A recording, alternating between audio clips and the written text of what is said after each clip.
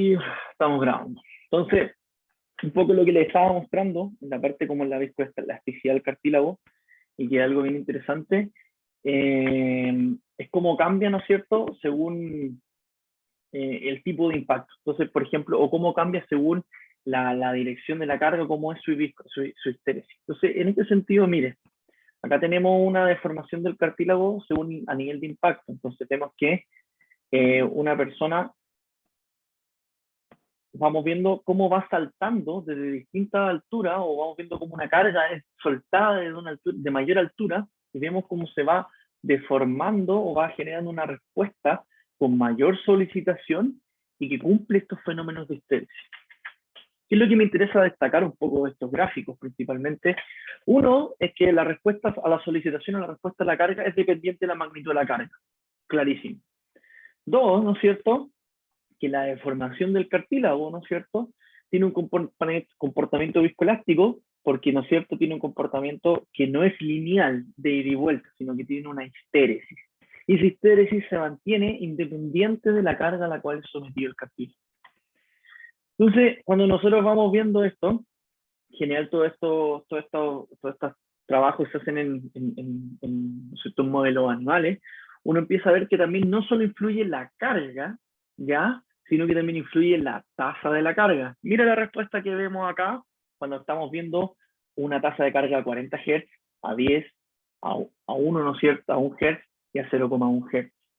Entonces, en ese sentido, nosotros podemos ver que el cartílago obedece a todo lo que hemos visto desde el punto de vista biomecánico.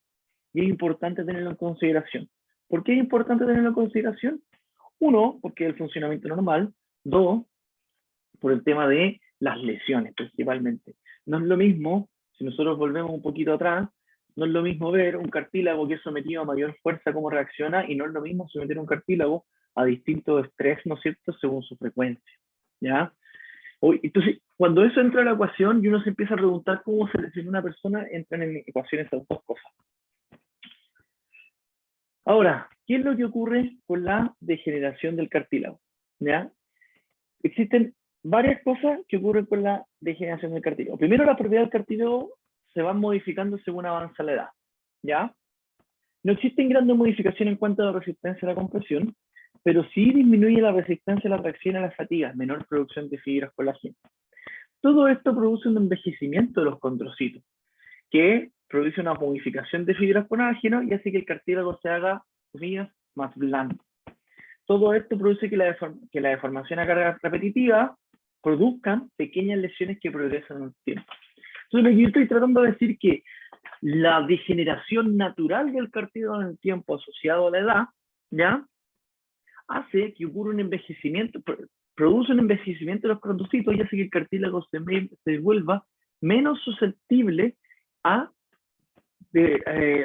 recibir cargas, y por lo tanto se empieza a lesionar. ¿Y cómo son esas lesiones? Empiezan a ocurrir distintos tipos de lesiones, como lo son la velvetización, la fisuración, la ulceración y la eburnización. Son todos aspectos, nombres que usted podrá encontrar complejos, pero son aspectos que uno encuentra en las lesiones articulares, ¿ya? Cuando yo generalmente le hablo de un hundimiento del cartílago, podríamos hablar de una fisura. Cuando hablamos de una ulceración es porque cuando llegamos al hueso subcondral. Y cuando llegamos de una erbunización es porque ya estamos pasados al hueso subcondral. La fisurización es muy común, por ejemplo, en una lesión del ligamento cruzado anterior que va acompañado de una mediana alta energía. Y de hecho es súper determinante porque cuando uno tiene, por ejemplo, una lesión del ligamento cruzado anterior, lo primero que uno pregunta, a ver, ya, ¿te cortaste el ligamento cruzado anterior? Sí, listo, te lo cortaste. ¿Pasaste a llevar los meniscos? Sí, ¿cuánto? No tanto. ¿Cartílago hay? Y ahí viene la parte en que uno dice, sí, hay una fisura del cartílago. Cuando ocurre eso, las fisuras, ¿no es cierto? Por ejemplo, si bien esto está hecho para artrosis, es replicable para lo otro, cuando uno ve una fisura, ¿no es cierto?, un hundimiento del cartílago, empieza a decir, acá está más complejo. ¿Y por qué? Porque es bastante sencillo, porque la capacidad de regeneración del cartílago es baja, es súper baja, ¿ya? Hay un montón de cirugías que tratan con células madre y todo, pero no es muy buena la regeneración del cartílago. Entonces, por eso generalmente se terminan haciendo, ¿no es cierto?, reemplazos totales, o sea, artroplastías con prótesis totales y todo eso. Mire esto, un ejemplo 1. Una rodilla normal, ¿ya? Mira a la derecha, una rodilla, ¿no es cierto?, de espacio medial con una artrosis. Mira ahí, hay una disminución del espacio intraarticular. Eso es característico de una degeneración del cartílago. Significa que ya no hay cartílago. ¿Qué es lo que está ocurriendo ahí? Que acá hay contacto de hueso con hueso, ¿ya? Hay contacto del hueso que es subcondral, por decirlo así, con el otro hueso subcondral porque el cartílago ya no existe, ¿ya? Y en ese sentido, lo que nosotros vemos es una degeneración del cartílago. ¿Y cómo es lo que ocurre? Es de la siguiente forma, ¿ya? Puedo ver lo siguiente, acá hay un cartílago normal, ¿ya? Acá, en la foto de B, ¿no es cierto? Vemos una laceración mantenida que no alcanza la lámina calcificada, es decir, no alcanza a llegar, ¿no es cierto?, a la parte calcificada del cartílago. En la imagen C tenemos una laceración que alcanza y penetra la lámina calcificada.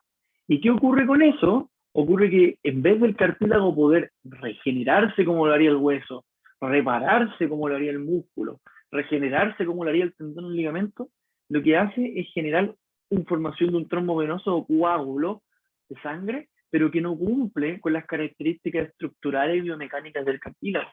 ¿Qué quiere decir eso? Que cada vez que yo lesiono el cartílago no va a ser capaz de reparar si va a generar una cicatriz en base a un coágulo que por supuesto que no va a tener las mismas propiedades mecánicas que tenía el cartílago. ¿Se entiende, no? Están siguiendo con la importancia, ¿no es cierto?, de por qué el cartílago es de los tejidos que más debemos cuidar en el cuerpo humano. Y en ese sentido uno empieza a ver ciertos aspectos, ¿ya? Como por ejemplo el cartílago sano, ¿ya?, que tiene una cápsula articular, todo, y un cartílago desgastado, donde así se empieza a ver.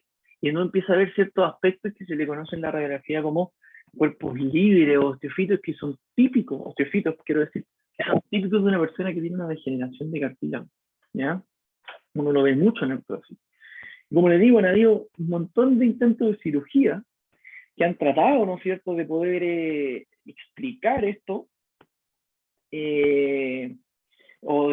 no explicar, sino que han tratado de mejorar esto. De repente lo que se hace es que hay cirugías donde sacan cartílago de la espina ilíaca, la insertan, o de la cresta ilíaca, quiero decir, a nivel ¿no es cierto?, de la pelvis, y que lo insertan en esta zona, pero no han logrado. Mire este ejemplo, mire ese cartílago degenerado que está ahí. Prácticamente estamos llegando al hueso subcondral en ese caso, ¿ya? Estamos por llegar al hueso subcondral, que es justamente lo que justamente lo que no tiene que pasar en eso. Mire eso, ella, si bien hay un aumentado espacio articular y en el cartílago, hay una degeneración completa, ¿ya? Mira acá el ejemplo de una prótesis, donde ya se pone una prótesis debido a la degeneración completa de cartílago. ¿Sí? Eso fue cartílago, chiquillos. O sea, esto fue ligamento, tendón y cartílago en estas casi 2 horas ya que llevamos totales de clase.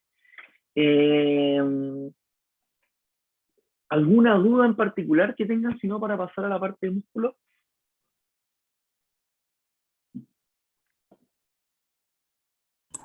Profe, yo tengo una duda, pero así como conceptual. ¿El fenómeno de estrés de relajación y el de CRIP es lo mismo? Son similares, pero son distintos, ¿ya? Es que no entiendo mucho la diferencia. CRIP es la capacidad del cartílago de que cuando yo lo someto a una fuerza, lo que ocurre es que se empieza, de una fuerza constante, el cartílago se empieza a deformar progresivamente hasta que llega a un estado de estabilidad, ¿ya? ¿Se entiende? Ese es el CRIP. Yo lo someto a una fuerza constante, el cartílago se deforma, empieza a cubrir que, que se libera agua, ¿no es cierto? Se empieza, perdón, empieza a permear agua y el cartílago se estabiliza y es capaz de soportar esa fuerza. ¿Me explico? ¿Se entiende eso, no es cierto? No, sí, profe, Ya. sí se entiende. Y el estrés de relajación es cuando yo comprimo el cartílago, se estabiliza y después suelto la carga y veo que el cartílago vuelve lentamente a su forma original. ¿Sí? Ah, ya. Ya, profe. Gracias. Listo. No, si lo llega a buscar porque no lo entendió ¿cómo se llama esto? En internet, póngale, ¿cómo se llama esto? Stress Relaxation Biomechanics o biomecánica, porque si no le va a aparecer, ¿cómo se llama esto? Estrés de relajación, le van a aparecer puro aspecto psicológico, ¿ya? Ya, profe. Profe, Bien, entonces el estrés de relajación es como posterior al CRIP. exacto, podríamos decirle que sí se relacionan así. Ojo, distinto, porque el creep es frente a una carga constante y el estrés de relajación es frente a una carga que es, ¿cómo se llama esto? Que primero aumenta proporcionalmente. Listo, espera, déjeme. Lo voy a volver a explicar. El creep es frente a una carga constante, paulatinamente aumenta su oscilación y después se estabiliza. ¿Ya? Es como que yo voy de 0 a 100 y lo mantengo en 100 todo el tiempo. El estrés de relajación es que yo voy subiendo una carga, después mantengo una carga constante, el cartílago relaja la solicitación y después cuando suelto, sigue relajando la solicitación. ¿Me explico? Sí, profe. Ahí sí, Bacán. gracias. Estamos entonces, vamos con la biomecánica de tejido muscular. Entonces, ¿qué es lo que esperaríamos que ustedes vieran los resultados de aprendizaje? Reconocer los componentes del tejido muscular, ¿no es cierto? Relación longitud sarcómero y la fibra muscular, diferencia los elementos pasivos y activos del músculo, explica cómo responde el sistema muscular a los estímulos neurofisiológicos, los tipos de contracciones musculares, eso es muy importante, la relación de las propiedades del tejido muscular con sus características mecánicas, arquitectura, longitud, tensión, etc. Interpreta las propiedades mecánicas de la mecánica muscular y recargar la importancia del sistema muscular o construir una idea personal del sistema muscular frente al análisis biomecánico del movimiento. Entonces, nos vamos de lleno, para ya irnos, ¿no es cierto? 7:25, estoy calculando cuánto tenemos tiempo, media hora, ya, entonces estamos perfectos, 11 y 4. Entonces, músculo. Definición, así de cajón. Son tejidos del cuerpo humano compuestos por fibra muscular que se contraen durante los movimientos corporales. Esa es la definición. Y como se lo mencioné al principio de la clase anterior, el músculo, ¿no es cierto?, es el principal actor en el movimiento humano porque es el ejecutor final, por decirlo así, es el que tiene la capacidad de generar fuerza, ¿ya? Entonces, tiene distintas clasificaciones, ¿no es cierto? Según la morfología, ¿no es cierto? Que son músculo estriado y músculo liso, y según la funcionalidad, porque nosotros tenemos dos tipos de músculo estriado. Porque está el músculo liso que es involuntario, el músculo estriado que es voluntario, que es el esquelético, y el músculo estriado que es involuntario, que es el músculo cardíaco, ¿ya? Entonces podemos ver ahí una pequeña referencia de todos los músculos, ¿no es cierto?, que tenemos. Músculo esquelético o estriado voluntario, el músculo estriado involuntario y la musculatura lisa e involuntaria, ¿ya? Y que tienen, ¿no es cierto?, sus diferencias anatómicas. Por ejemplo, acá nosotros vemos lo que se le llama el músculo liso. ¿Y por qué se le llama músculo liso? Porque simplemente tiene una característica que son lineal, por decirlo así. Entonces, los ligamentos miosinas están unos unidos a otros y no se logran ver estrías en el músculo, ¿ya? Mire esto, acá las fibras ¿no es cierto?, se irradian en las partes del músculo. Estas son las fibras, ¿no es cierto?, actinas que se irradian de una parte a otra. Eso no ocurre en el músculo porque el músculo tiene una unidad fundamental, el estriado, que son los sarcómeros que permiten que sea estriado, ¿ya? Entonces, si uno se va a llamar a un detalle específico, uno puede decir que ¿cuántos músculos yo tengo en el cuerpo? Entonces, en el tronco tengo 190, la cabeza 63, miembros superiores 98, miembros inferiores 104. Aparato de la vía nutritiva 46. Tengo un total de 501 músculos. Y he visto otros que dicen que tienen 600. Ya ahí va a depender un poco de la clasificación y de todo lo que estemos tomando. Equivale al 43% del peso corporal. ¿Ya? En promedio, las masas musculares de un hombre pesan 30 kilos. Los miembros superiores entre 7 y 7,5. Los miembros inferiores 13 a 5 kilos. Perdón, 13 a 13,5 kilos. ¿Ya? O sea, estamos hablando de un tejido que es un tejido conectivo especial, no, es un tejido especializado, ¿ya? Es un tejido conectivo especializado, ¿no es cierto? No, estoy recordando si es un tejido conectivo especializado. No, el tejido muscular no es tejido conectivo especializado porque tiene un origen embrional completamente distinto. El tejido muscular es un tejido aparte, como el tejido neuronal, como el tejido conectivo, el tejido sostenible. El tejido muscular es un tejido aparte. No me acuerdo.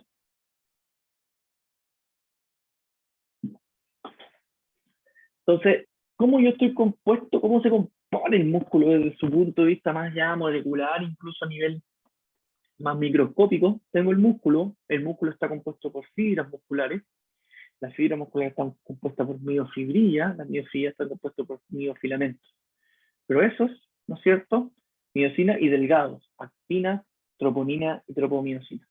Y todos estos filamentos, los gruesos y los delgados, la actina, la troponina y la tropomiosina, se encuentran dentro de la unidad funcional del músculo, que es el sarcómero.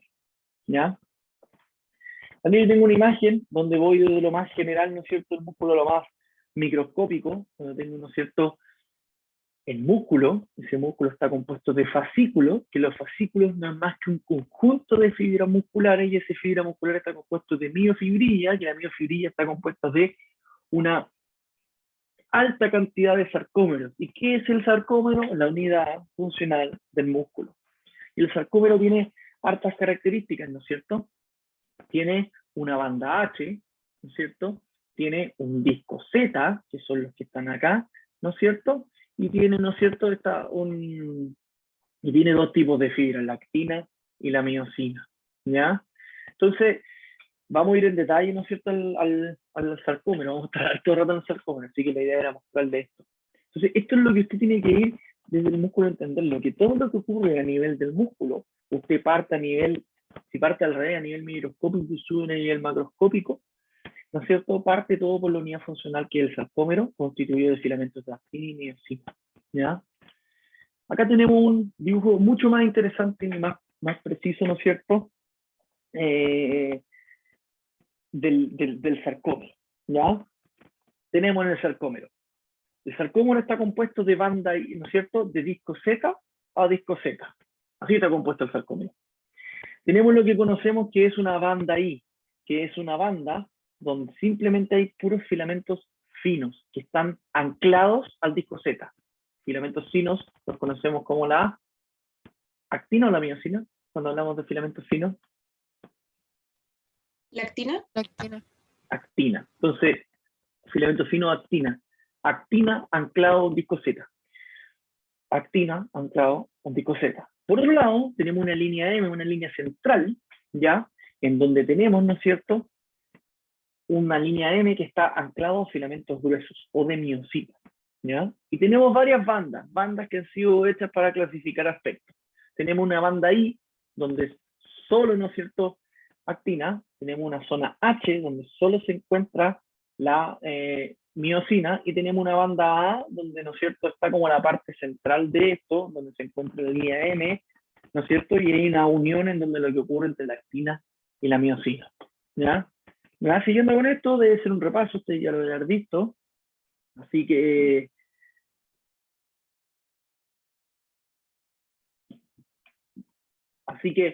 en ese sentido, nosotros vamos viendo. ¿Y qué es lo que es interesante de los filamentos? De todo esto, es el filamento grueso. Porque el filamento grueso es la característica motora de esto, ¿ya? Entonces, el filamento grueso tiene, ¿no es cierto?, una cola de miosina, una molécula de miosina, tiene una cola de miosina, una zona de bisagra y una cabeza de miosina, ¿ya? Esto es súper interesante porque al final lo que ocurre en la contracción muscular está dado por la acción de esta famosa miosina, ¿ya? Y en ese sentido, las proteínas del lisante o contráctil de la miosina está la meromiosina y la meromiosina light, y sabe cualquiera de las dos, y la actina está la actina F y la actina G. Que me interesa que usted sepa de esta, ¿no es cierto?, de estas proteínas que son las que participan en la contracción muscular y están asociadas, ¿no es cierto?, a la meromiosina ligera y a la meromiosina pesada, que está asociada a la parte de la zona bisagra y a la cabeza de la miosina. A su vez, la actina tiene una zona de actina F y actina G, y a su vez existen dos puntos esenciales: la tropomiosina, que usted ya un poco lo ha visto, así que vamos a detalle, y la troponina. ¿Se acuerda de la troponina, no? Está la troponina C de calcio y la tropomiosina, que son fundamentales, ¿no es cierto?, en lo que es la contracción muscular que se realiza diariamente, que realizan nuestros músculos diariamente, ¿ya? Vamos a ir en detalle dónde están estas, ¿no es cierto?, contracción, ¿ya? ¿Me escucha todavía, no es cierto? Sí, profesor. Ya. Si ocurre algo, acabo de cachar que los audífonos se están quedando sin batería, me acaban de avisar. Entonces, si en algún minuto no se escucha, por favor escriban por el chat y hacen una pausa, le llevan como 10 minutos los audífonos y después continuamos mientras yo los cargo, ¿ya? Eso. Entonces, disco Z.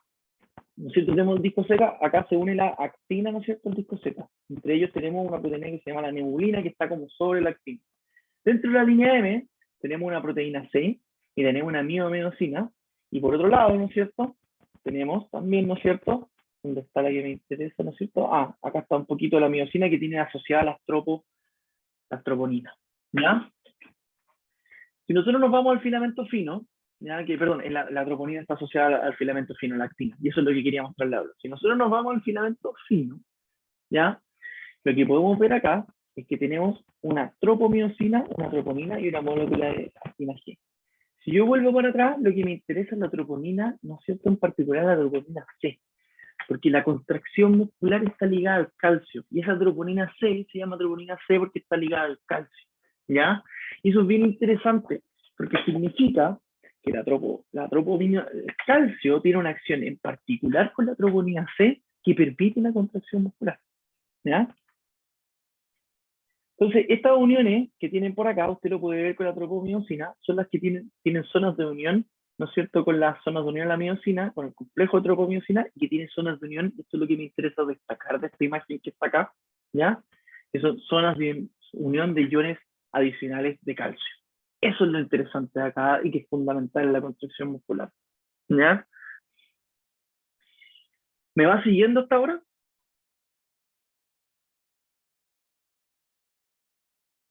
Sí, profe. Profe. Extraordinario. Profesor.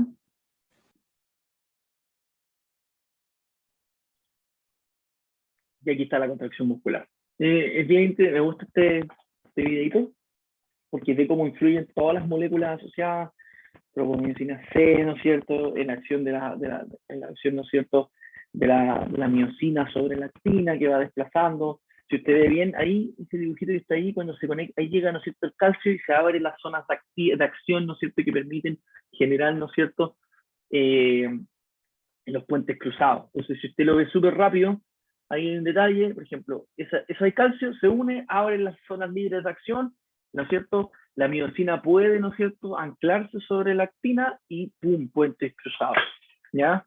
Esto debe ser a nivel molecular, ¿no es cierto? La estructura debe ser, ¿no es cierto?, de lo más, ¿no es cierto?, más fundamental, ¿no es cierto?, en todo aspecto de la vivencia humana, porque en cierta medida todo se expresa a través de movimiento. Ahí podemos conversar harto rato de eso. Bueno, ayer, aprovechando un honor, ¿no es cierto?, Humberto Maturana, gran científico, gran filósofo, un gran, ¿no es cierto?, ilustrado, un gran intelectual de este país que contribuyó ¿no es cierto?, a la biología del mundo, no de Chile, del mundo. O sea, lo que él hizo fue a nivel mundial y tiene ahí un pequeño break, si alguna vez, si no lo conocía o si lo conocía y ha visto poco de él, por favor véalo. Yo he leído el libro y lamentablemente nunca tuve la oportunidad de poder ir a verlo, tuve mucho las intenciones, no se dio y ahora bueno, ya fue. Pero eso, ahí, pequeño, ¿no es cierto?, honor al gran Humberto Maturana. Entonces, vamos de atrás para adelante ahora, ¿ya? Vamos de atrás para adelante, porque tenemos que ver algo. Bueno, estábamos en la parte mecánica, así en la parte de cómo funciona la contracción muscular, ¿no es cierto? Que la actina, que la miosina, que la troponina C, ¿eh? Bueno, pero pero esto no se gobierna, no hay una contracción muscular que exista porque sí. Tiene que haber un proceso neurofisiológico por medio. Y ese proceso neurofisiológico tiene pasos muy, ¿no es cierto?, reconocidos, ¿no es cierto?, que son el proceso inicial de la contracción muscular, ¿ya? Y los vamos a ver brevemente. Primero, tengo una terminal sináptica, ¿no es cierto?, que es la unión neuromuscular, en donde, ¿no es cierto?, el axón, la placa terminal del axón se une con el sarcolema o membrana del músculo, ¿ya? En la unión neuromuscular, recuérdenlo. O también conocido como placa motora, el terminal sináptico placa motora. ¿Qué es lo que ocurre? Ocurre que cuando llega algún impulso nervioso, cuando llega, ¿no es cierto?, ¿no es cierto?, alguna instrucción, ¿no es cierto?, de centros superiores, lo que hace esta acción es que en la terminal sináptica, a nivel de placa motora, en estas invaginaciones que hay, ¿no es cierto?, a nivel del sarcolema muscular, hay, ¿no es cierto?, una liberación inicial de acetilcolina, ¿ya? clave la acetilcolina. La acetilcolina lo que hace es que genera una despolarización de la membrana. Uno puede hacer un zoom a la despolarización. Ojo, que la acetilcolina llegue acá y que después se traslade esta despolarización de membrana acá, es todo un estudio. Lo que pasa desde que se está viendo la pantalla, lo que pasa desde que se libera la acetilcolina, se genera una despolarización de membrana y llega a los túbulos T, es todo un estudio del potencial de acción de la membrana muscular que tiene relación con la electromiografía, que es genial. Pero escapa esta clase, ahí lo podemos conversar algún día. La llegada del potencial de acción llega a los túbulos T, que son estas invaginaciones, ¿no es cierto?, del sarcolema. Esto, la llegada del potencial de acción a los túbulos T, permite la salida de calcio que está en el retículo sarcoplasmático, ¿ya? El calcio, lo que ocurre, ¿no es cierto?, es que permite, ¿no es cierto?, se une a la actina a través, se une a la actina a través de la tropomiosina C, ¿no es cierto? No sé, se une a troponina, a saber ni se olvidaron los nombres de repente, que la troponina C, perdón, la troponina C, y eso permite, ¿no es cierto?, que se abra la exposición del lugar activo de la actina y permite, ¿no es cierto?, la formación de puentes cruzados. Y eso permite el inicio de la contracción muscular, ¿ya? Ahora, ¿qué es lo que ocurre después? Hay una eliminación de la acetilcolina, ¿no es cierto?, por la parte de la enzima que degrada la acetilcolina. Hay una recaptación de calcio por parte del retículo sarcoplasmático. Un calcio está secuestrado por una enzima que se llama calciocuestrina. Como ya la actina no tiene calcio asociado a la troponina C, si los lugares activos se vuelven a cerrar, hay un final de la contracción, hay una relajación y termina el ciclo. Y eso es lo que usted tiene que tener en su película cada vez que ocurre una contracción muscular. Y si nosotros vemos el sarcómero, que está acá, comienza la contracción, finaliza y se acorta, ¿ya? Ahí está acortado el sarcómero porque lo que ocurre, ¿no es cierto?, a nivel mecánico, es que la miosina empieza a traccionar hacia la actina y empieza a acortarse el sarcómero, tiene una directa relación con algo. Tiene una directa relación con la relación fuerza-longitud del sarcómero. Y acá póngame mucha atención. A medida, esta es la longitud del sarcómero. Acá está 100% contraído, acá está 100% estirado o elongado.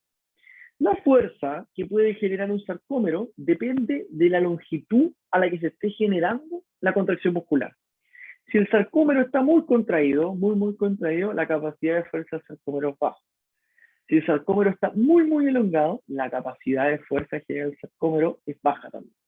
Existe un punto óptimo, ¿ya?, en donde se puede generar fuerza, en donde el sarcómero tiene una longitud ideal para poder generar la máxima fuerza. Y esto tiene simplemente que ver una relación mecánica que más estirado es más difícil generar fuerza y más acortado no tiene capacidad de arrastre. Entonces, ¿qué quiere decir esto? Que existe una relación longitud-sarcómero que tiene este tipo de curva. La longitud muy corta no sirve, a medida que va llegando a una longitud óptima alcanza su máxima fuerza y esto es baja. ¿Qué quiere decir eso en el mundo real de la acción muscular? Que si yo tengo un músculo extremadamente elongado, genera muy poca fuerza, y si tengo un músculo extremadamente acortado, genera muy poca fuerza. Si estoy con el codo completamente extendido, la fuerza que genera mi bíceps es poca. Si estoy con mi codo completamente flexionado, la fuerza que genera mi bíceps es poca. Si estoy con mi codo en el punto de descanso ideal, aproximadamente los 90 grados de codo, la fuerza que genera mi codo es mi bíceps o mis flexores de codo es la máxima, ¿ya? Y ahora, ocurre algo bien interesante también cuando uno estimula el músculo, ¿ya? Es la sumación de tensiones cuando uno lo estimula de manera eléctrica. Tiene que pensar que todo esto es molecular, pero cuando la gente estudiaba la capacidad de generar fuerza al músculo, es decir, ha visto esta curva, no lo ha hecho, ¿no es cierto? O cuando se hicieron estos estudios, no se hicieron en seres vivos per se, sino que se hizo en muestras cadavéricas donde se tomaba el músculo y se electroestimulaba, porque tiene una capacidad de excitabilidad el músculo. Entonces, si uno empieza a hacer, ¿no es cierto?, empieza a ver la longitud del sarcómero y uno empieza a estimular, empieza a dar cuenta que si yo estimulo de a poco y hago una sumación de las estimulaciones, llego a un punto en donde puedo, ¿no es cierto?, ver que hay una meseta de la fuerza generada, pero después esta empieza a decaer, ¿ya? ¿Qué quiere decir esto? Que nuevamente el músculo tiene una longitud óptima, ¿ya? Para poder generar fuerza. Y eso es tremendamente importante. Y esto tiene que tenerlo claro cuando lo veas. Y este es un concepto clave en la rehabilitación, clave en la biomecánica. Si yo quiero que un paciente genere, ¿no es cierto?, fuerza muscular, necesito que gane fuerza muscular, yo tengo que trabajar en los rangos donde tengo la mayor eficiencia mecánica de esas cosas, ¿ya? Ahora, vamos a ver de manera más clara. Acá tenemos un sarcómero que está alargado, y ese sarcómero que está alargado, ¿ya? Lo que ocurre es que si yo lo pongo en una posición más contraída y más relajada, yo puedo generar, por la curva de tensión-longitud, una mucha mejor contracción muscular, ¿ya? Vamos acá, algo que ya vimos un poquito, porque vimos el tejido conectivo y la contracción muscular, pero quiero que lo veamos de nuevo, es que, nuevamente, tenemos el músculo que está cubierto por un tejido conectivo de sostén, el perimicio, el perimicio, bueno, el epimicio, el perimicio y el endomicio, siempre se me olvidan también a mí de repente. El epimicio cubre el músculo, el perimicio cubre los fascículos musculares, recuerde, fascículos, un conjunto de fibras musculares, y el endomicio que cubre a la misma fibra muscular, ¿ya? ¿Qué importancia tiene? Ya que quiero ser muy explícito con esto. Usted recuerda que el tendón tenía propiedad elástica, ¿no es cierto? Y tiene una propiedad elástica porque nosotros podemos ver que se deforma y después vuelve a su ¿cómo se llama esto? En longitud original. Si yo estiro un elástico, ¿ese elástico guarda energía o fuerza? Así como una pregunta general.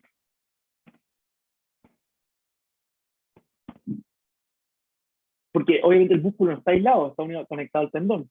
Sí, el elástico, este tendón absorbe energía. Entonces, en ciertos movimientos, ¿ya? En los cuales se involucra el tendón, en los cuales el tendón se elonga se elonga en conjunto con el músculo, en los movimientos excéntricos, por ejemplo, hay una absorción de energía de este y que puede contribuir a la generación de fuerza, ¿ya? Eso es bien interesante y lo vamos a ver en esta curva. Miren, ¿ya? Lo vamos a ver en esta curva, lo vamos a ver en esta curva más adelante, pero quiero mostrarles lo siguiente.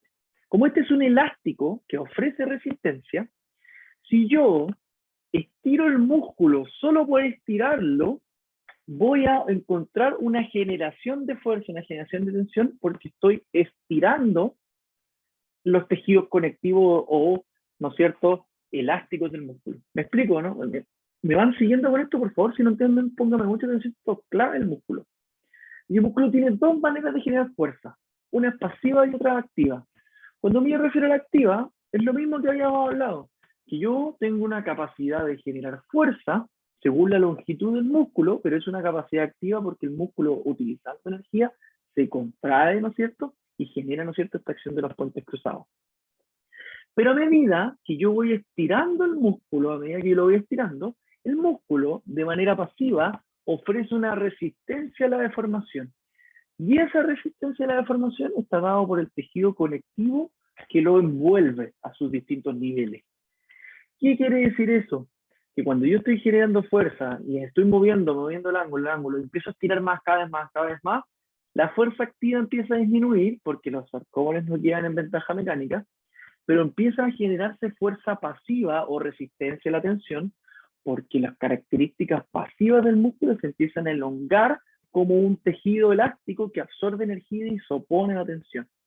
Entonces empieza a ocurrir que si bien la fuerza activa empieza a bajar porque el sarcómero está muy elongado y no tiene ventaja mecánica, la fuerza pasiva generada por la resistencia a la deformación de los componentes elásticos del músculo empieza a aumentar. Entonces ocurre una situación en donde en momentos que el músculo está muy estirado o muy alargado, la fuerza activa se empieza a sumar a la fuerza pasiva y se puede generar más fuerza. ¿Ya? Veámoslo en detalle a continuación en este, ¿no es cierto?, gráfico. Fuerza activa o tensión activa, quiero decir, perdón, en línea punteada que va decayendo, tensión pasiva, línea continua rosada, fuerza total, activa más pasiva. Caso 1, sarcómero extremadamente acortado, la fuerza es baja. Caso 2, sarcómero llegando a su punto óptimo, la fuerza aumenta. Caso 3, sarcómero o músculo levemente elongado, la fuerza empieza a disminuir porque el músculo, o sea, el sarcómero no tiene ventaja mecánica. Pero en este punto empiezo a ganar tensión pasiva. ¿Por qué? Porque los componentes elásticos del músculo perimicio, endomicio y epimicio, ¿no es cierto?, empiezan a oponerse a la tensión de elongación y empiezan a generar fuerza. Punto 5. La tensión generada por la fuerza activa es bajísima, prácticamente nula, pero la fuerza generada por la oposición a la deformación es alta. ¿Ya? ¿Me va siguiendo, no? Entonces, ¿entendió esto? Esto para mí es clave. Esto es una parte clave de esta diapositiva a la que terminé recién, es la biomecánica clave de esto. El punto 4, claro. Punto 4. El sarcómero está elongado, por lo tanto, no tiene ventaja mecánica, por lo tanto, la fuerza activa empieza a disminuir. Pero en este punto empieza a ocurrir, en el punto 4, que la tensión, como estoy elongando el músculo, la tensión generada por los componentes elásticos que se oponen a ser elongados, empiezan a generar fuerza. Y llego al punto 5, donde lo que ocurre es que la tensión generada pasiva por la resistencia a la elongación del músculo se suma a la poca tensión pasiva generada. ¿Me explico o no? Profe, ¿a qué se refiere con que se suma? Es que no entiendo muy bien porque como que la activa y la pasiva son como inversamente direccional, ¿o no? Es que Como se que suman. si aumenta una, disminuye la otra, ¿o no? Hagamos el siguiente ejemplo. Yo estoy haciendo fuerza acá. ¿Logras ver mi codo brazo? Sí. Yo estoy haciendo fuerza. Estoy haciendo que mi músculo vaya para allá, pero yo lo estoy elongando al mismo tiempo. Lo estoy elongando, lo estoy elongando, lo estoy elongando, lo estoy elongando, lo estoy elongando, pero yo sigo haciendo fuerza. Pero llega un punto en que mi fuerza generada no va a ser tan eficiente porque no obedezco a la longitud sarcómero fuerza. Entonces, pero empieza a ocurrir algo. Como estoy elongando el músculo, mis componentes pasivos empiezan a generar fuerza porque se resisten a la tensión. Es como que el componente pasivo está asociado a un elástico. Entonces, como yo estoy elongando el músculo, este elástico empieza a generar fuerza porque lo estoy estirando.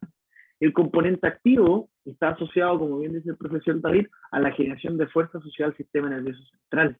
Entonces, esta generación de fuerza activa se empieza a ver limitada porque yo estoy estirando el músculo. Pero la tensión pasiva, que se acumula por elongar un elástico, empieza a generar más fuerza. No sé si lo entiendes ahora. Sí, me quedó más clarito. Perfecto. Por favor, esto... Yo voy con los datos freak, Iber, por favor, profesor. Ya, te queda nombrar algunos. Exacto, y como dice el profesor ahí, cada uno tiene un trabajo de rango óptimo, ¿ya? Y cada músculo tiene distintas contribuciones entre su componente pasivo y activo. Hay músculos en que el componente pasivo, el tendón, ¿ya?, es 2/3 del músculo y solo el componente contráctil es 1/3. Ejemplo, el tríceps gastrocnemio.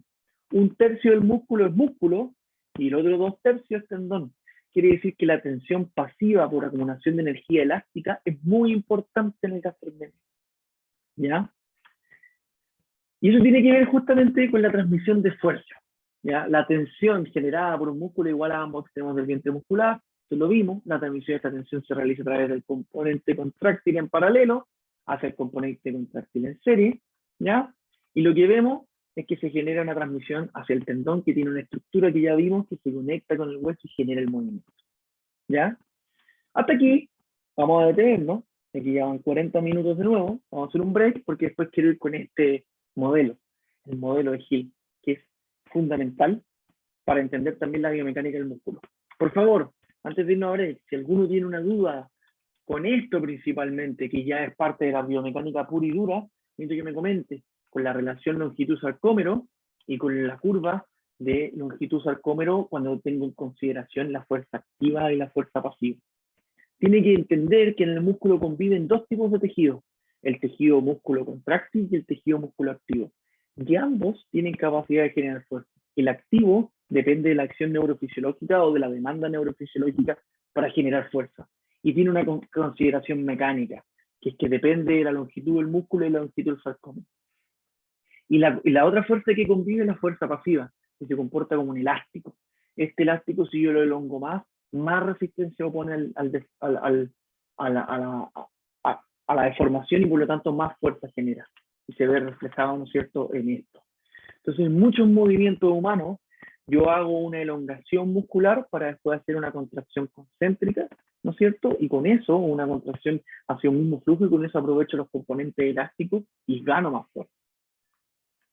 ¿Bien? ¿Break? ¿Les parece? Si tiene dudas, a la vuelta me lo preguntan. ¿Ya? Ya, profe, gracias.